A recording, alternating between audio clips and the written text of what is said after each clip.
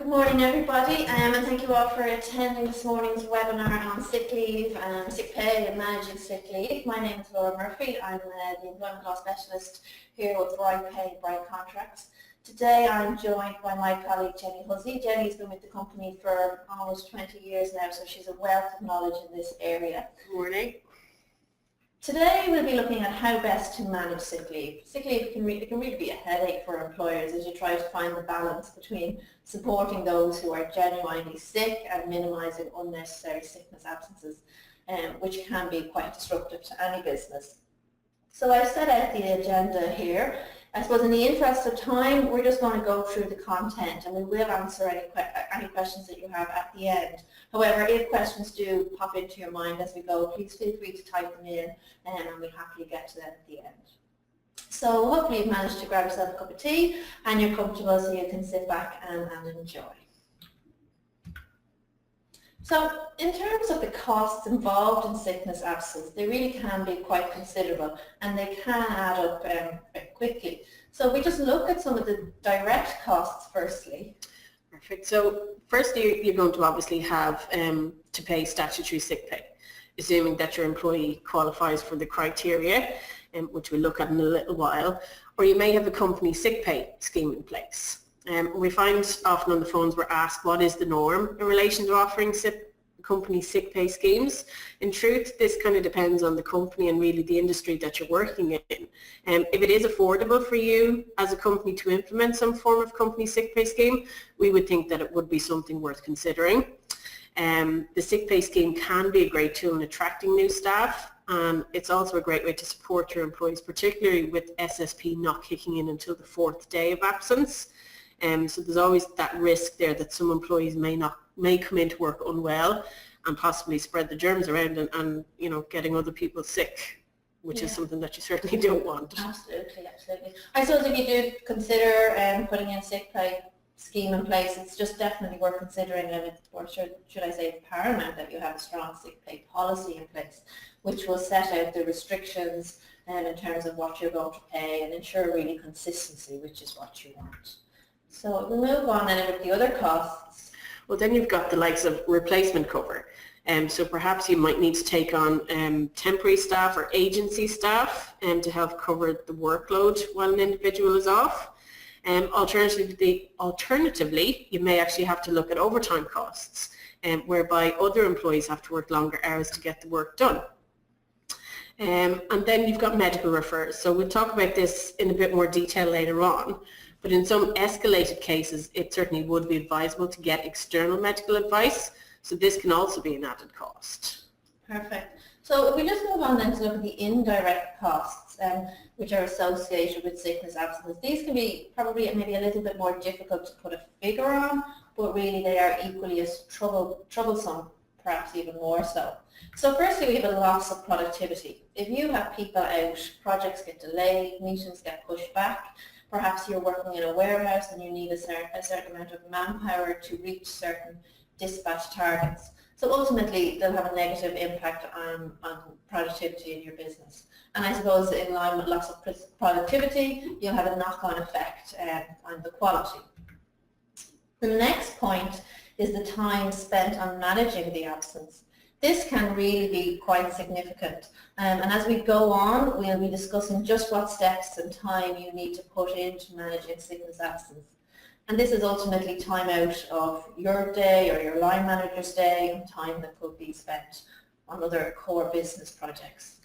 And finally, you have the consideration of increased pressure on other staff who are left having to pick up the slack when an employee is off. And the last thing you really want when somebody is off sick is other staff then going off work with stress leave as well.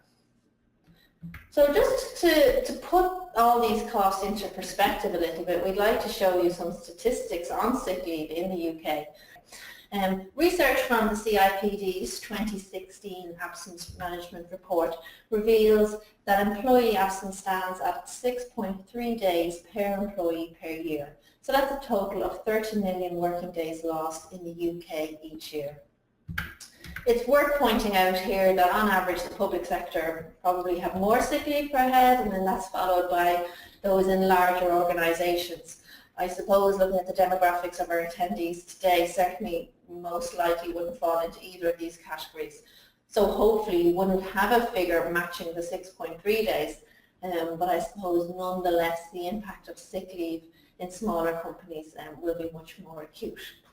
Yeah, just to point out there also that those levels represent the lowest levels of sickness absences in the last 7 years. So it's certainly a downward trend, but still very much a topical issue to be aware of. Yeah, it's very positive to see these figures reducing, but absolutely it's still an issue nonetheless.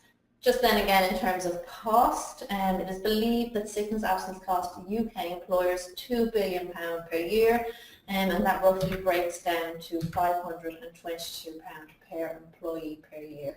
So I think you'll agree that these are quite significant figures and significant costs involved. To move on again, just to look at the causes of absences, and when we talk about sick leave, we can really break it down into two distinct types of leave. That's short-term absences and long-term absences.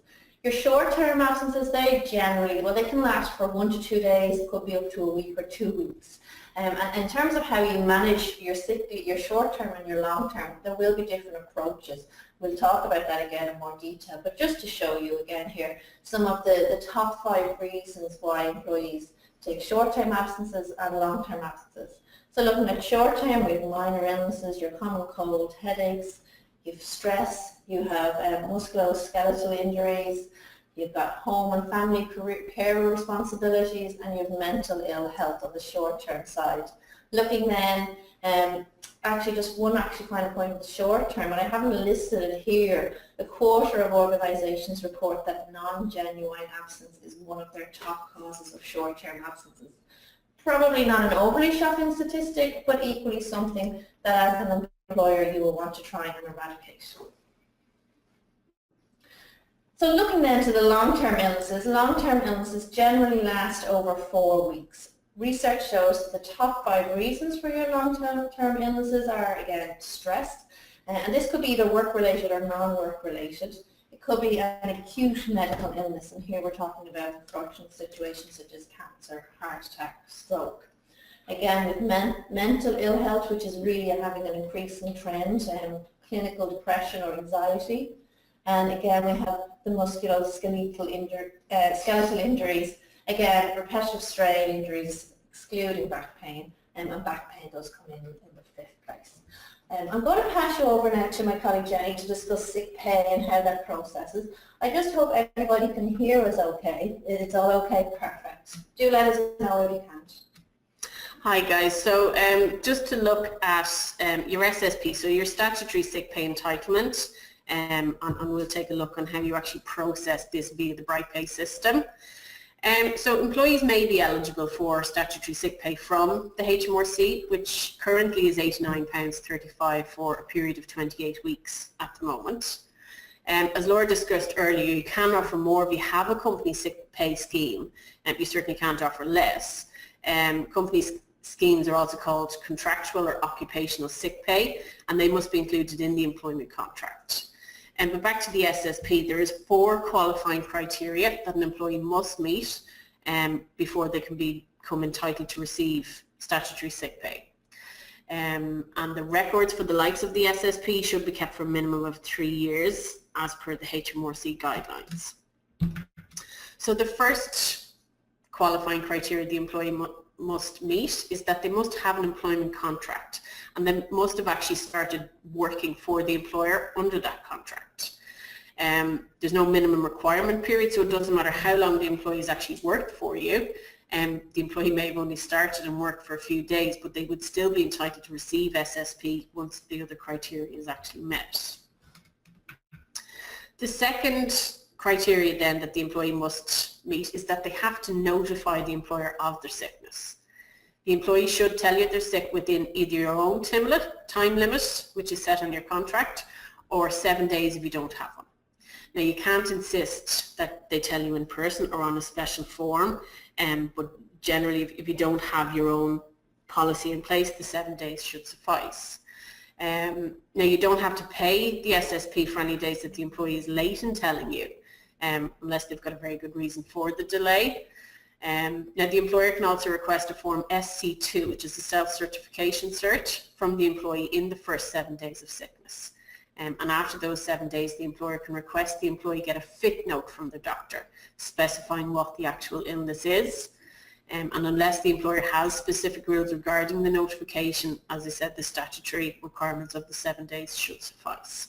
Just to pop in there, Jenny, while you're talking, the employee, you say that the employee should tell you when they're sick. So again, that just highlights the importance of having clear policies really, and that you have them communicated to your employees. Exactly, exactly. So the third criteria then is that the employee must be sick for at least 4 days in a row. So this is called the period in waiting, or previously was known as the period of incapacity for work. Now all days count towards the PIW, so weekends, non-work days, public holidays, etc.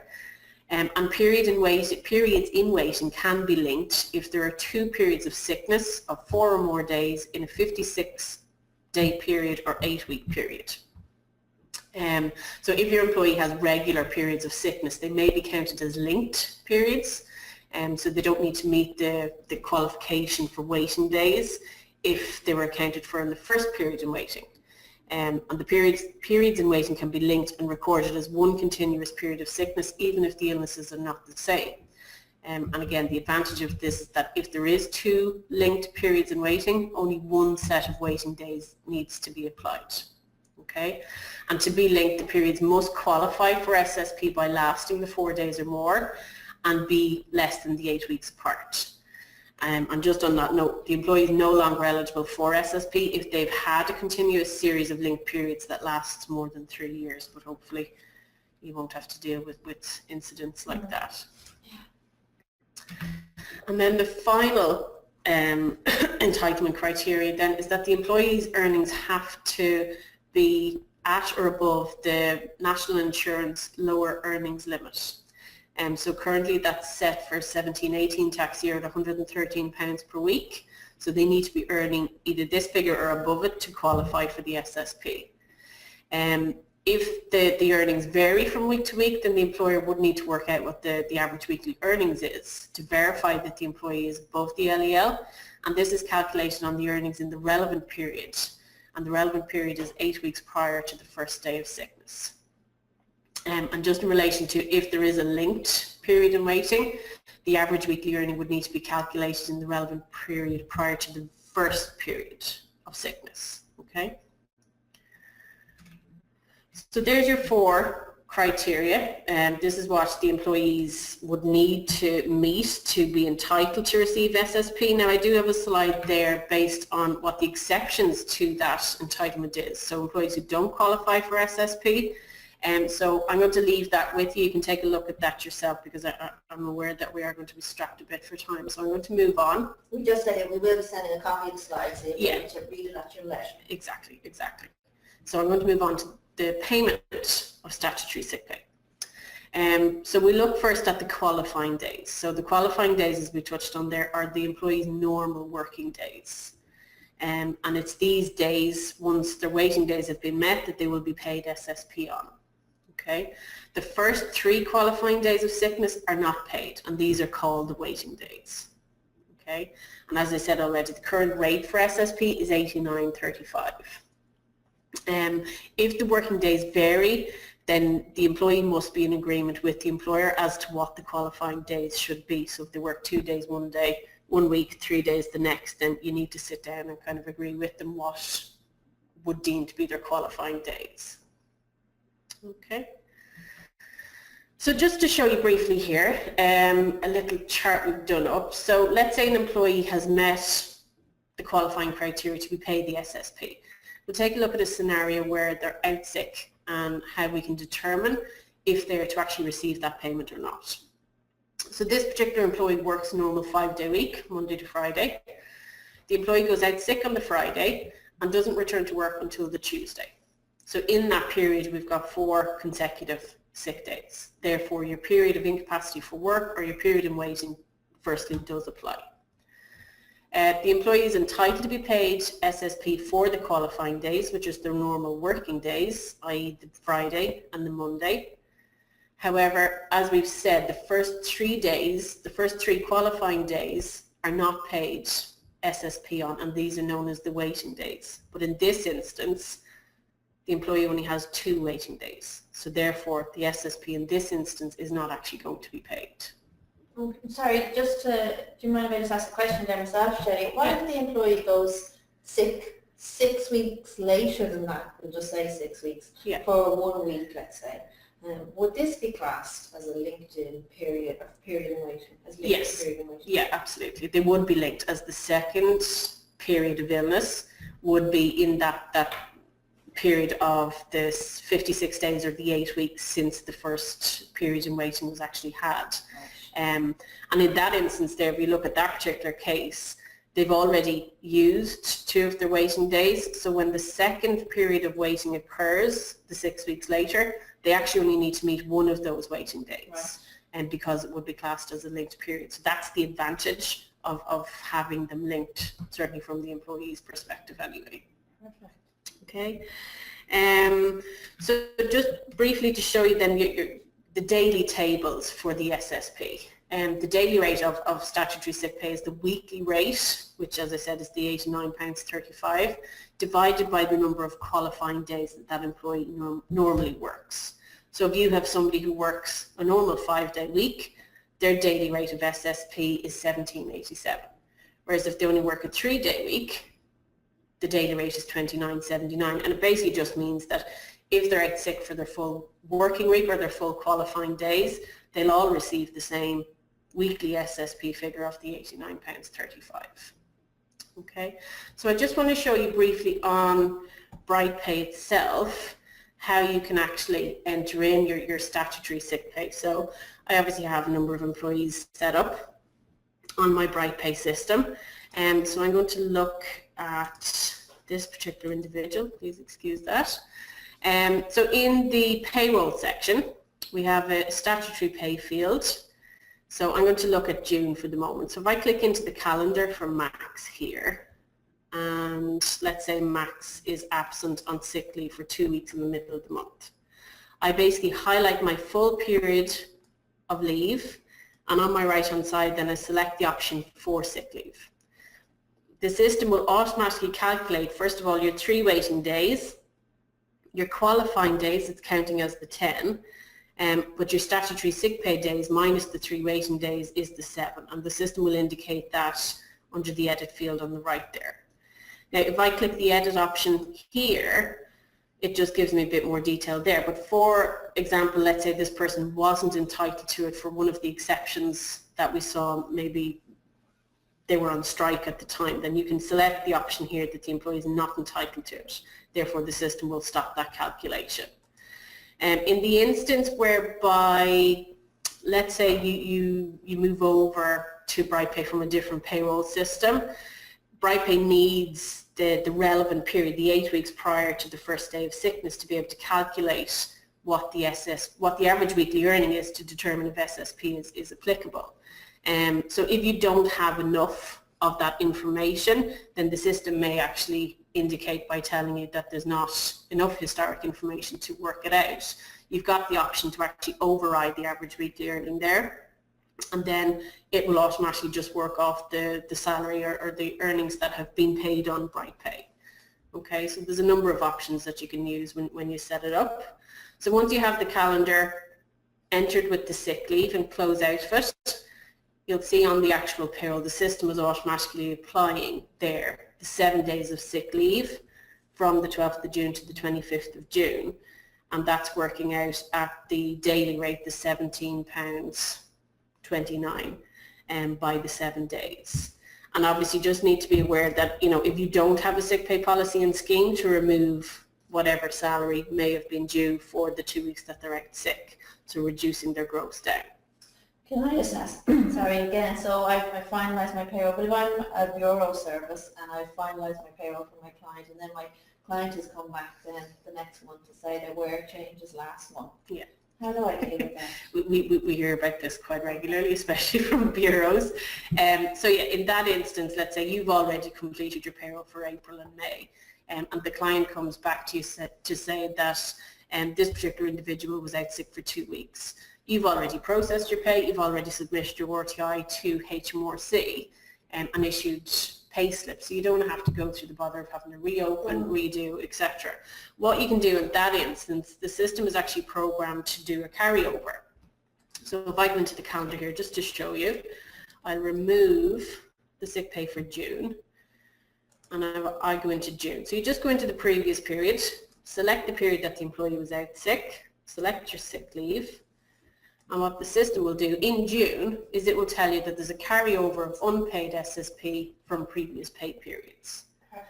So it basically means that it will apply in this current pay period, so you don't have to go back and redo, you know, pay slips and send on additional files to HMRC itself. That's going to be really handy for your bureau. Exactly, yeah. A huge amount of bureaus actually find it very beneficial within the system. So that's pretty much it. So that's how you process it through BrightPay. I'm going to hand you back to Laura now.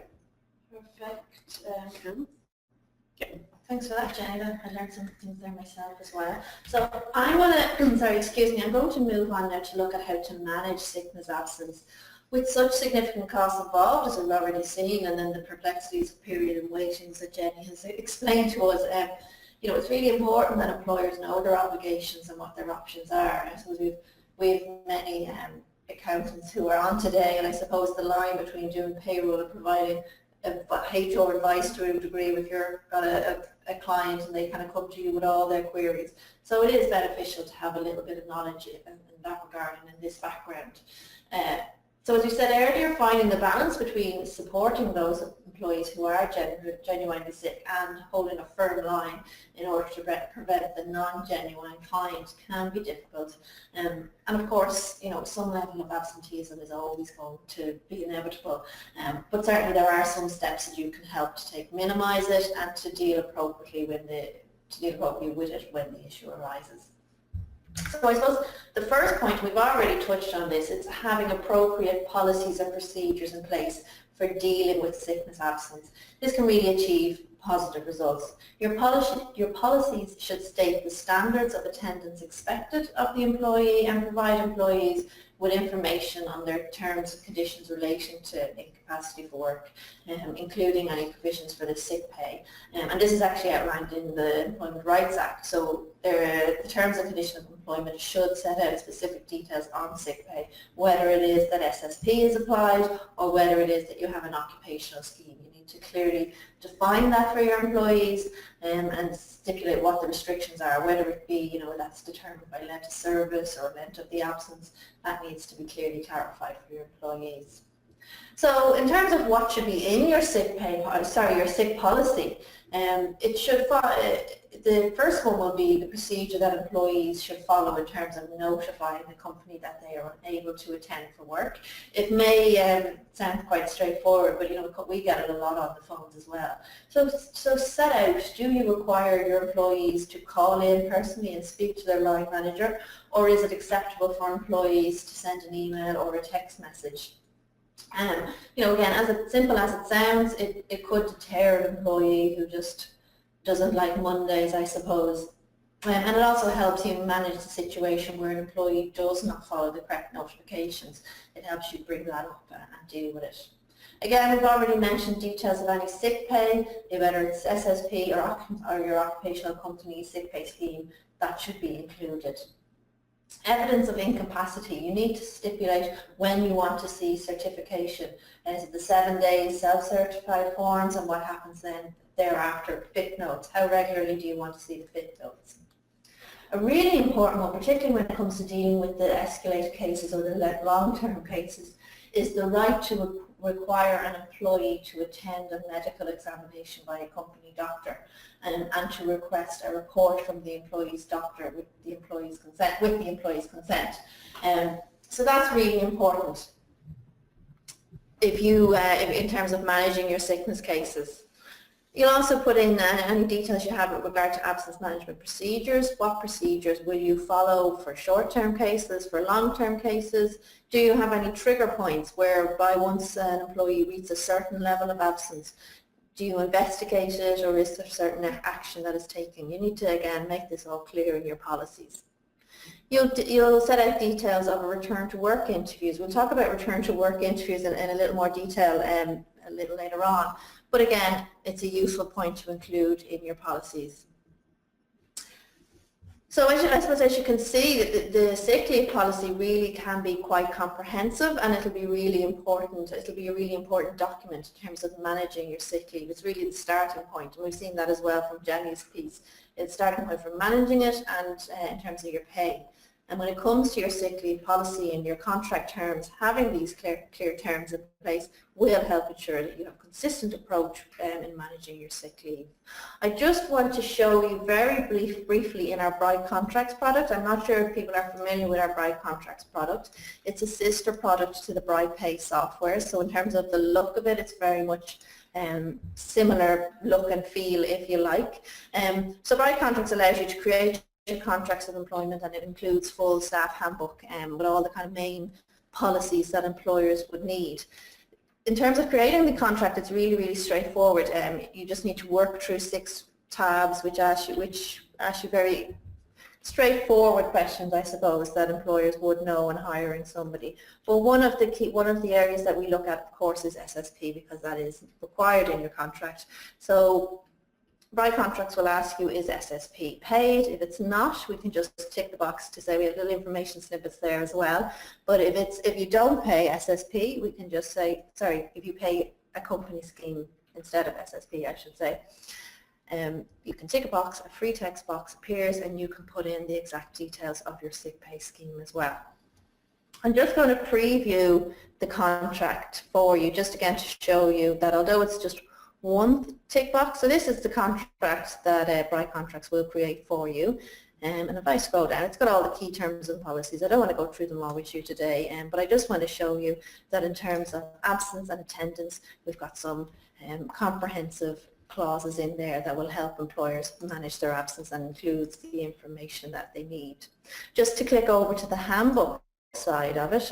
No, I don't want to check those changes for now. And again, in our handbook, we have all, as you see here, along the left-hand side are all the policies and procedures that the handbook contains. And it's the policies and procedures that any employer, the key policies that employers will need in terms of managing their workforce day to day.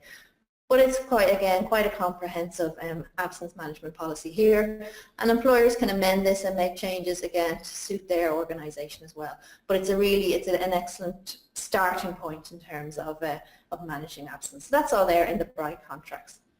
So I'll move back on then over. Apologies, now I'll just bring the presentation back up for you. Perfect. Next question that we get a lot of is, can I keep in contact with an employee while they are off sick? The answer to this is that in certain circumstances, yes, you can, and probably yes, you should, to be honest. Contact could be and can be construed as being over-eager and could be considered harassment in some cases, so certainly yes, caution would be required, but in some cases it is definitely beneficial. I suppose in terms of when you are contacting an employee who is off sick, what should you consider, or what are the facts that you should think about before you contact them? Is the absence likely to be short-term or long-term? In a short-term absence, it's just a couple of days. There's not going to be anything, well, for the most part, there won't be anything major that can't wait for a couple of days.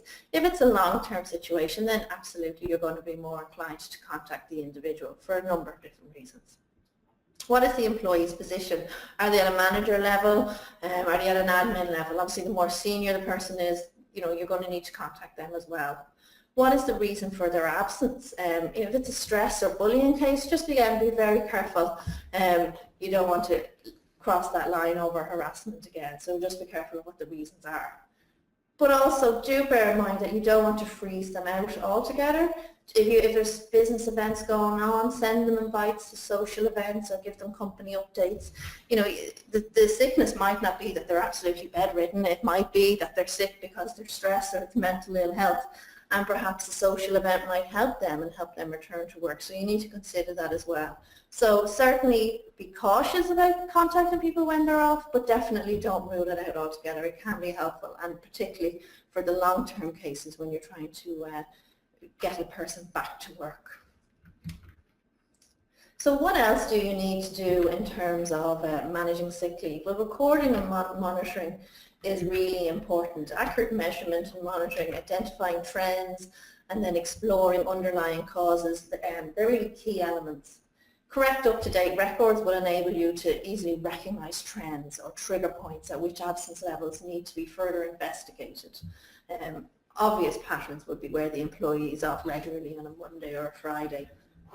But you may also, and we've touched on it earlier, you may also want to set predetermined trigger points whereby once an employee reaches a specific level, whether it be a number of days leave or a number of instances of leave, that some form of investigation would take place.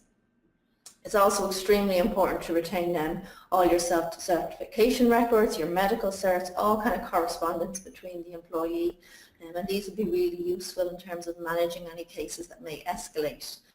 Particularly if an employee is ultimately dismissed on grounds of capability, the employer will need to show that they acted reasonably in deciding to dismiss on those grounds. So your paper trail here will be extremely important.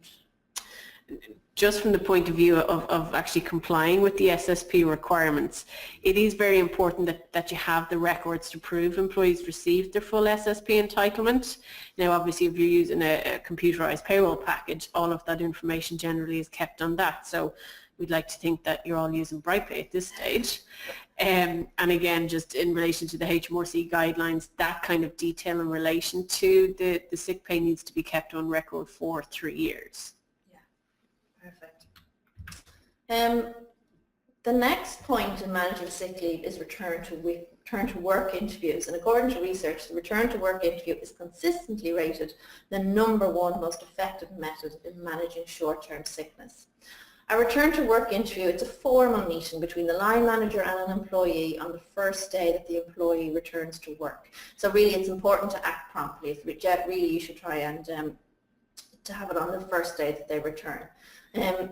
It's a real tried and tested method, and I would personally recommend that you incorporate the return to work interview into your absence management process, and that you hold the absence really regardless of whether the absence was for a day or a week or a month. It can be a really useful method in just sitting down with the employee and seeing how they are and how things are going.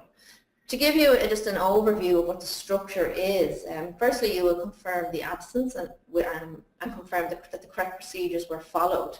So did the employee call in? Did they give the right notification? If they didn't, why didn't they? Did they provide the correct evidence, certification that they were required? So you want to confirm that. Next, you'll discuss trends, if there are any trends. Are there frequent short-term absences for minor illnesses? And if there are, that might mask a more serious matter, perhaps a worsening health issue or a stressful situation, again, either at home or at work. So by sitting down with the employee at an early stage, you may uncover that and you may be able to implement some sort of support or early intervention that could possibly prevent the situation escalating. So, and another point for your return to work interview is you want to ensure that the employee is healthy and that they are fit to return to work, they're able to return to work.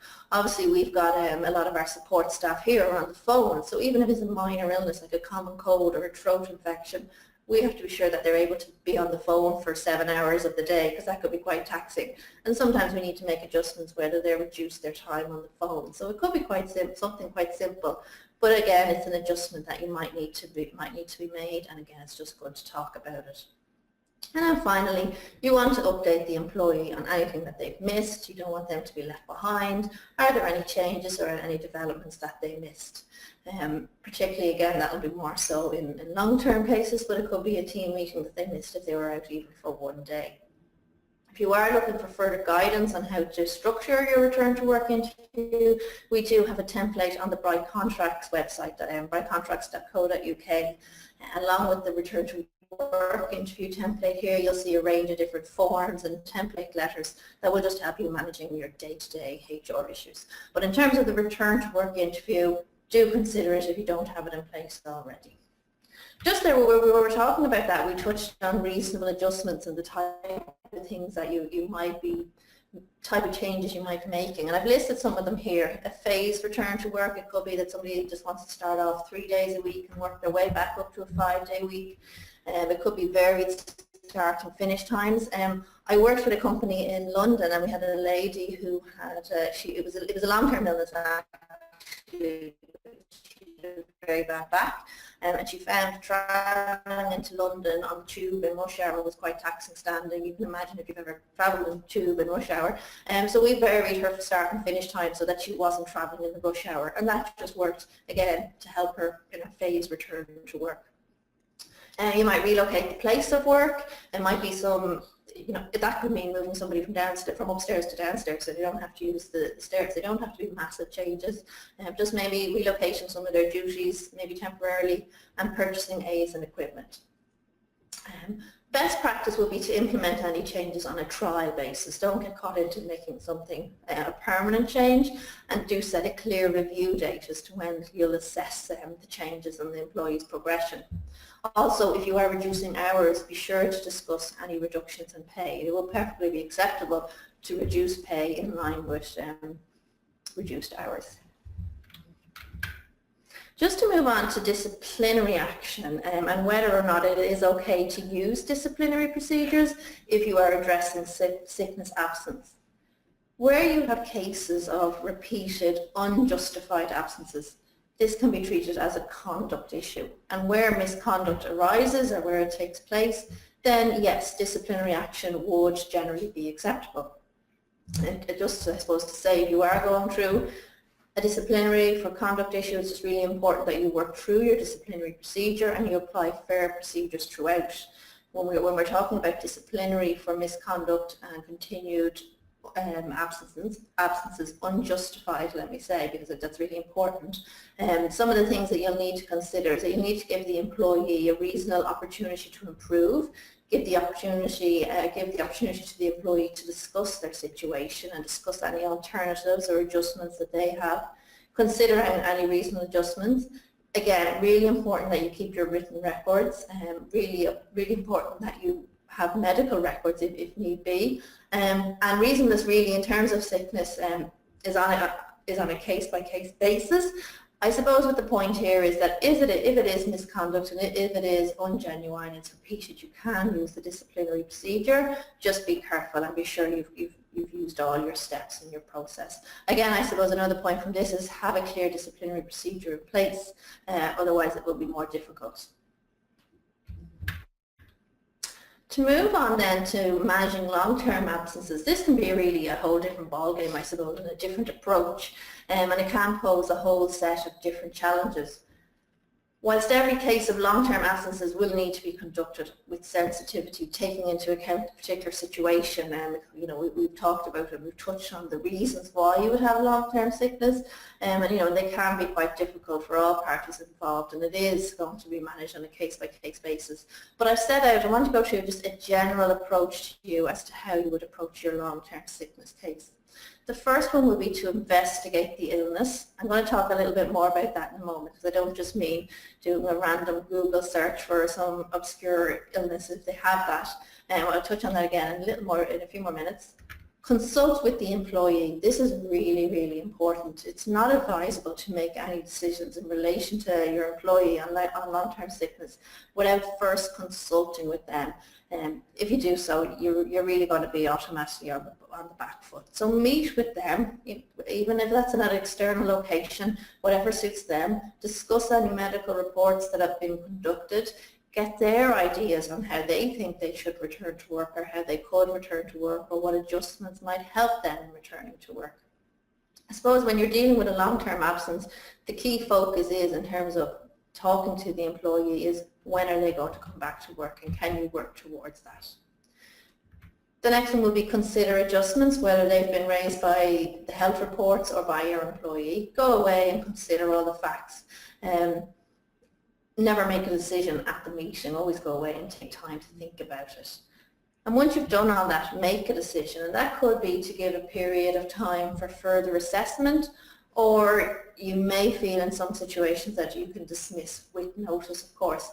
And just to note that the dismissal would always be a last resort when you've gone down other avenues. But I just want to go back to the investigating the illness and what's involved in that. Now, as I said, I don't mean the Google search, but rather get professional medical advice. Of course, as an employer, you don't have the right to detailed information on the employee's illness, but you can, with the employee's consent, request details on how their illness affects their ability to carry out their duties. And in terms of where to go to get your medical opinion, I suppose you have three main options. You've got the GP, you've got an occupational health advisor, and you've got the new Fit for Work service. Well, I suppose the Fit for Work is probably been in a couple of years at this stage. What I would say is don't just rely on the employee's GP notes. Make sure if you are going to send to a GP or get GP information, send them as well to a company doctor or a doctor suggested by the company. Occupational health advisors, a lot of small companies mightn't have this available to them, but again, the new Fit for Work service is a good replacement or addition because it's a free service available to those employees who've been off work for over 4 weeks. And that's an over-the-phone assessment, and it can again just help in developing a plan. And again, it's really important if you are working towards a dismissal that you have at least one of these, and if not really two of the above chosen. Just on the Fit for Work service, I think uptake has been fairly low, and we certainly wouldn't get a huge amount of queries on it. No, I know they brought it in April 2014, and we certainly don't hear about it a lot over the phone, so it is a shame because it's great to have. But it's a useful service for your small employer, I think, as well, as a free service. So I suppose in terms of when you are sending somebody for an occupational assessment or to a GP, what are the type of questions that you want to ask, and what's the information that you want to find out? So you want to ask when a return to work will be possible. If a full recovery and when is the return to work advisable, when a return to work will be possible, should it be a phased return, and is the employee disabled? And of course, if the employee is disabled, that brings in a whole new issue of disability and discrimination and making adjustments. And if there are differing duties that are advisable, what would they be? So this is the kind of information that will help you develop a return to work plan. Just as we touched on disabilities, disability to define it under legislation under the Equality Act 2010, it's a physical or mental impairment that has a substantial and long-term negative effect on your ability to do normal daily activities. So again, employers just need to be familiar that you must not treat an employee with a disability any way less favourably, and you must consider and make reasonable adjustments to help that employee complete their duties. So if it is a long-term illness, it is best when you're going for that occupational assessment or your GP assessment or medical referral that you get the medical opinion of the professional whether or not this is a disability, and that will very much guide you in how you manage the case as well. So we're coming to an end of our presentation, and we see a few questions coming in, and we'll certainly take them as well.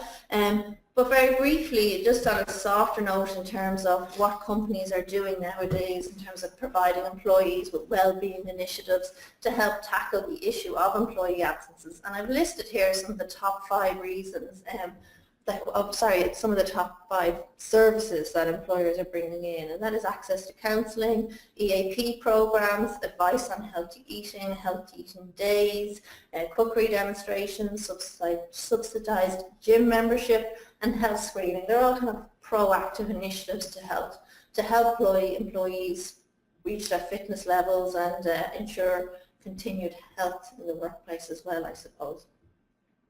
So that's the end of my presentation. We're just going to take a quick break while we have a look at some of the questions that are coming in. Bear with us now.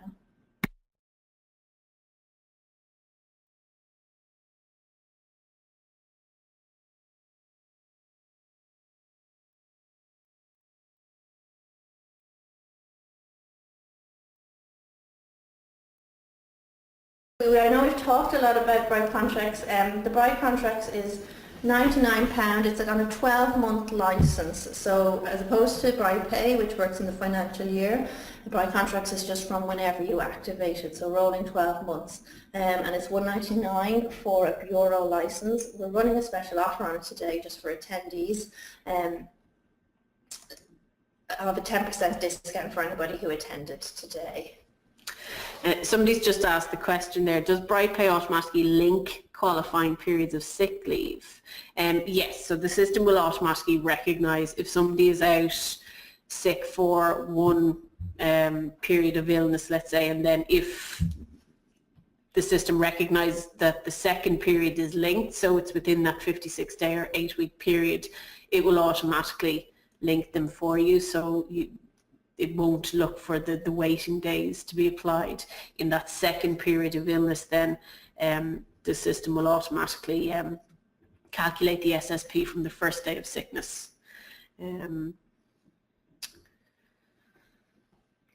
Perfect. There's a few other questions, and they're probably a little more detailed to provide at the moment. Yeah. So we might come back to those individuals. So with that, we'll bring today's webinar to a close. Thank you all very much for attending. Once you log out of today's webinar, it'll be a very short questionnaire, and we'd really appreciate it if you could complete it. Let us know your thoughts. Let us know if there are any other webinars that you would like to see coming on board, and we'd certainly love to hear your feedback. So thank you very much, and enjoy your day. Thanks, guys.